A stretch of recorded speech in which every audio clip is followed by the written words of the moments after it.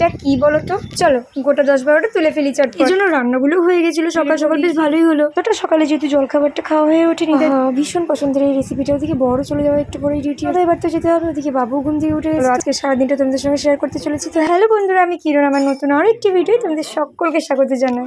একটাও কিন্তু পোষানো, ওরা সবাই কিন্তু আসে আমার ভালোবাসার টানে। ওরা জানে যে আমি ওদের কতটা ভালোবাসি। আমাদের কাছ থেকে নিজে সামান্য থেকে সামান্য একটু কিচ্ছু লাগে না, কিন্তু অবলাগুলোর কাছে কিন্তু এটাই অনেক। এদিন একটু ভোরই ওঠা হয়েছিল আমাদের, ওই 5টার নাগাদ। আর বাবা যখন উঠেছে, মেয়েও তার বাবার পিছু পিছু উঠে গেছে।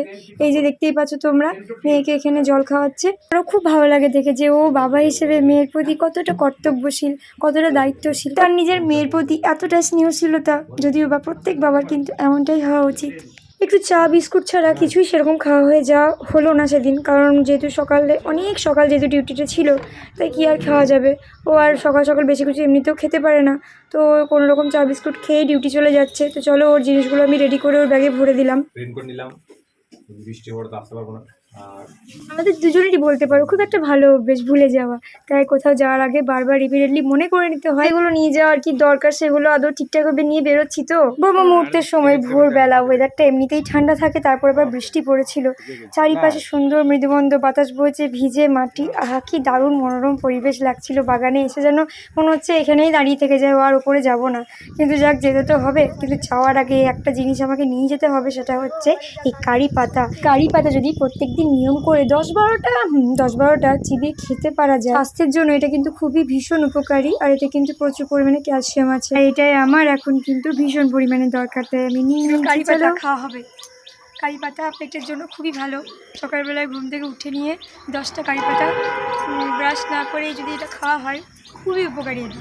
সেই জন্য কারি পাতা যখন বাড়িরই গাছে আছে, তার কোনো চিন্তাই নেই। তখন তো গাছ থেকে পেয়ে টাটকাই খাওয়ানো যায়, আর নয়তো শুকনো আর কি তুলে খাওয়ানো হতো, মানে খেতে হতো। চলো কারি পাতা খাই। মেয়েটার জাস্ট একটু বড় হওয়ার অপেক্ষায় ছিলাম, সেই জন্য নিজের আর কি চর্চা কোনো মতেই হতে পারতো না, সময় পেতাম না অ্যাকচুয়ালি। তো এবার আস্তে আস্তে একটু একটু করে করবো, নিজেকেও একটু ভালোবাসবো, নতুন করে আবার মেনে নিতে হবে। কেন হয়েছে সেটা আমি একদমই বলবো না, সেটা আর কি কিছু করার নেই। যাক, খাদ্যাভ্যাসের যে গোষ্ঠীর নিকুচি করেছিলাম, সেটা আবার আস্তে আস্তে ঠিক করতে হবে, না তো চলা যাবে না এরকমভাবে দিন দিন। আমার এমনিতেও কিন্তু ডাইজেশনে অনেকটাই প্রবলেম ছিল। তো চলো চুপচাপ খেয়ে নিলাম, বাজে লাগলেও কিছু করার নেই, খুব একটা বাজে লাগেও না। হেলদি জিনিস মানেই যে খুব টেস্টি হবে, এটা তো একটা ব্যাপার আছে না, তাই। তো দেখো মৃত্তিকা মাকে এখানে জামাটা চেঞ্জ করে দিলাম, কারণ বাইরে ওয়েদারটা একটু ঠান্ডা ঠান্ডা তো। আর ওর দাদু মর্নিং ওয়াকে নিয়ে যাবে ওকে, তাই সোনামাকে একটু মোটা জামা পরিয়ে দিলাম, যাতে ওর ঠান্ডাটা না লাগে।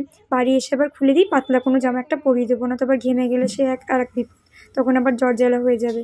ঋত্বিকা মা যেটা ভাবে, ঋত্বিকা মা যখনই উঠলো, দাদু ব্রাশ করুক না করুক, মানে ঘুম থেকে উঠে ছটা আমার কি ঘুম থেকে উঠলো, মাটিতে পা ফেললো, এবার যেতে হবে। কিন্তু এমনটা তো মানে রিয়েল লাইফে হয় না, বলো। দাদু উঠলো, ব্রাশ করবে, জামা পরবে, দিন তারপর তো সোনা আমাকে ঘোরাতে নিয়ে যাবে। কিন্তু ছোট্ট মনে কি এইসব চিন্তা ভাবনাগুলো কাজ করে, তোমরাই বলো তো।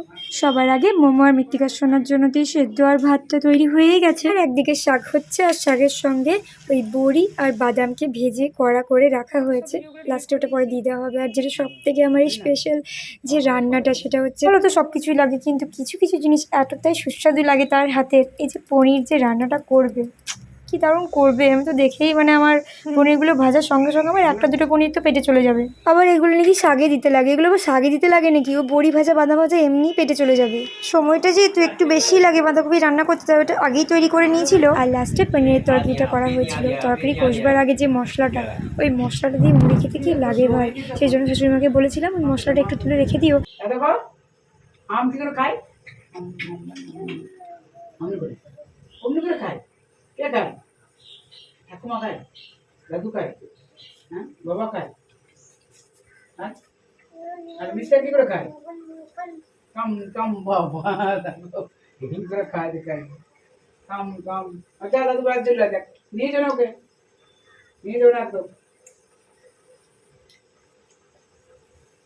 নিয়ে যাও না বেশ, ওকে নিয়ে যাও, ওকে নিয়ে যাও না। মম মম ওকে নিয়ে যা, বিরকুত যাবে মিস্ত্রির সঙ্গে, বিরকুত যাবে, তোমাকে তো নিয়ে যাওয়া যায়।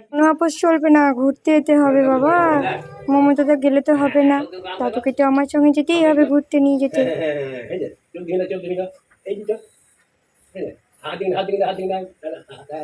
চলো আগে ঘুরে আসবে, তারপর সোনা আমার ব্রেকফাস্ট করবে। দাদুর সাথে মর্নিং ওয়াকে ঘুরে এসে ব্রেকফাস্ট করে নিয়ে ওর যে ডেলি রুটিন, যেটা এখন নতুনত্ব আর কি শুরু করেছে, এই যে চেয়ার ঠেলে ঠেলে নিজে স্বাবলম্বীভাবে হাতের ছোট্ট ছোট্ট পায়ে আর কি চেষ্টা। পাশে আছি ঠিকই, কিন্তু ওকে একটু ছেড়েও দিয়েছি, কারণ ওর মধ্যে যে একটা আত্মবিশ্বাস যে আমি নিজে দাঁড়াতে পারবো, হাঁটতে পারবো, সেই চেষ্টাটা যাতে যোগান দেয়। সেই জন্য দেখো কি সুন্দর নিজেই চেয়ার ঠেলে ঠেলে নিজেই হাঁটছে। এত বৃষ্টি পড়ছিল তখন, আর ভাগ্যিস বৃষ্টি পড়ার আগে ওর বাবা কিন্তু ডিউটি থেকে বাড়ি ফিরে গেছিল। বলতে পারো একটা ছোট্ট অনুরোধ রাখবো, আমার ভিডিও যদি ভালো লেগে থাকে একটুও তোমাদের, তাহলে অবশ্যই ফলো অ্যান্ড সাবস্ক্রাইব করে কিন্তু পাশে দেবো। তোমাদের সামান্য একটু পাশে থাকা আমাকে আমার স্বপ্ন পূরণের দিকে কিন্তু এগিয়ে নিয়ে যেতে সাহায্য করবে। মৃত্তিকার বাবা তো মৃত্তিকার কাছে চলে এসেছে, এবার তো হবে খেলো খেলো। মৃত্তিকা তার বাবার সঙ্গে এতটাই আনন্দ থাকে, তোমরা দেখেই বুঝতে পারছো। তার বাবাকে পেয়ে গেছে মানে অনেক কিছু পেয়ে গেছে সে। মা হিসেবে বাবা মেয়ের এই মিষ্টি মধুর ভালোবাসাগুলো দেখেই প্রাণটা জড়িয়ে